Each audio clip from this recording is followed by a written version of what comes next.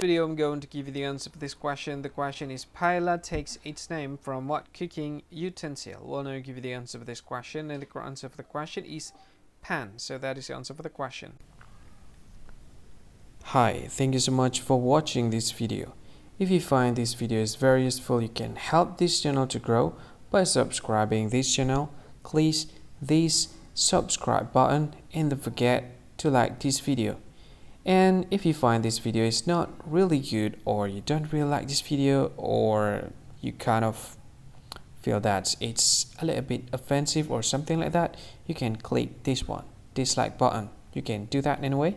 And if you want to share this video with your friend, you can share it by clicking this share button, and you can share it to any social media that you wish that is currently available at this time, like Facebook, Twitter, LinkedIn, and many others, right?